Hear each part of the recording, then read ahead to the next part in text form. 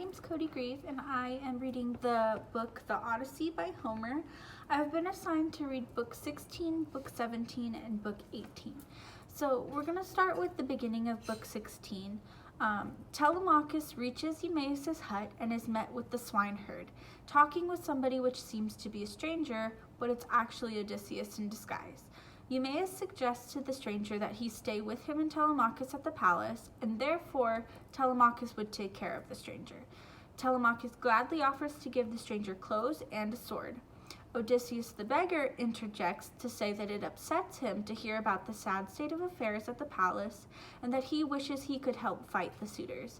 If he were Odysseus, he says, he would deserve death if he did not fight his offenders, and he would gladly die trying to fight them rather than tolerate their insulting behavior.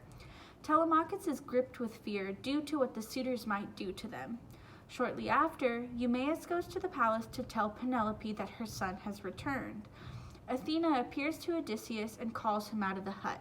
He walks outside to talk to her, and she tells Odysseus to reveal his true identity to Telemachus so that the two can plan their revenge against the suitors.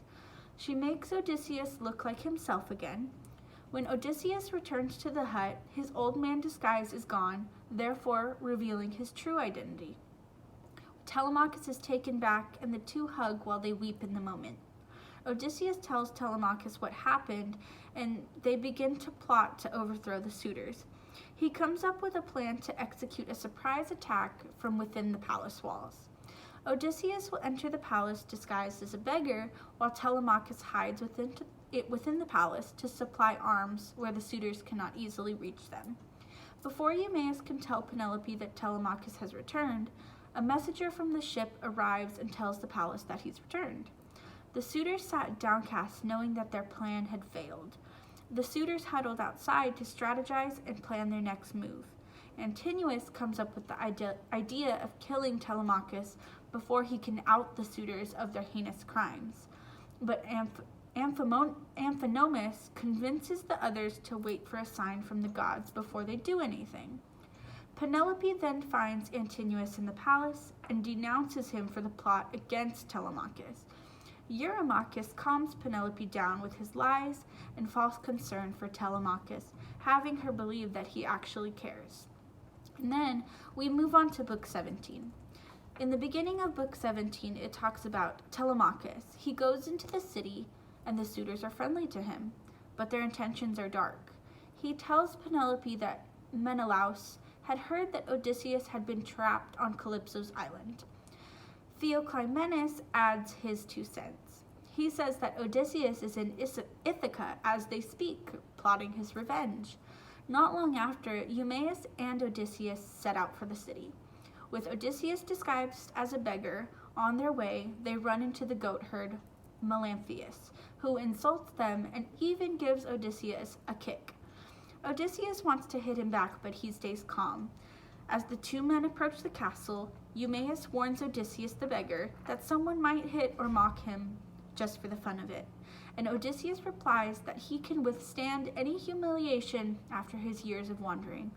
As they speak, Odysseus notices an old dog lying neglected in the dust.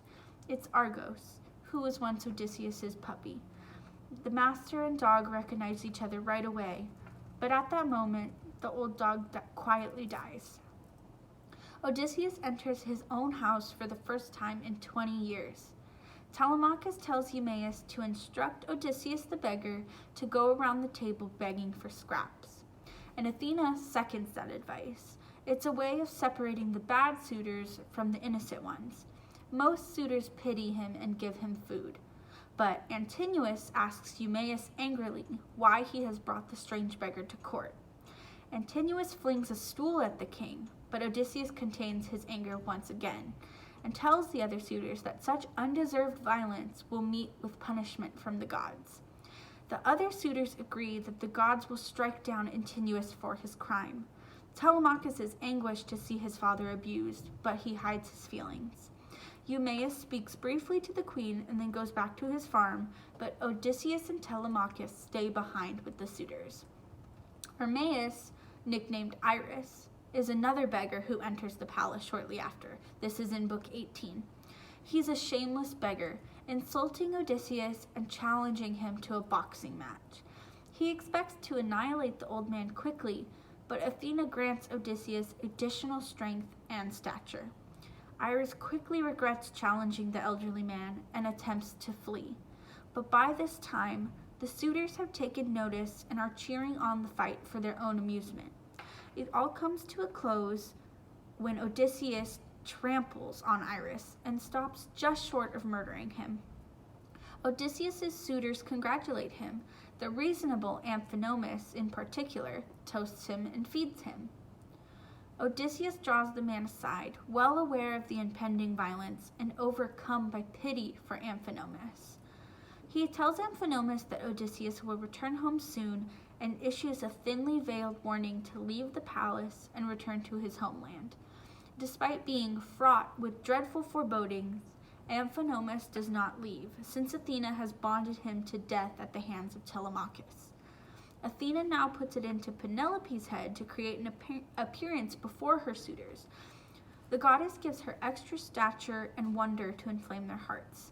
When Penelope speaks to the suitors, she leads them on by telling them that Odysseus had instructed her to require a replacement husband if he should fail to return before Telemachus began growing facial hair.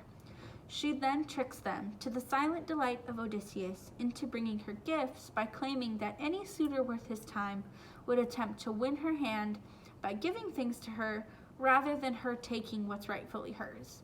The suitors shower her with presents, and as they celebrate, Odysseus instructs the maidservants to travel to Penelope. The maidservant Melantho, Melanthius' sister, insults him as an inferior being and a drunk. Odysseus then scares them off with threats, hoping to make Odysseus even more angry at the suitors. Athena now inspires Eurymachus to insult him. When Odysseus responds with insults of his own, Eurymachus throws a stool at him, but misses, hitting a servant instead. Even as a riot in the brink of ensuing, Telemachus steps in and diffuses the situation, to the consternation of the suitors. That was my reading for Book 16, 17, and 18 of the Odyssey. Thank you.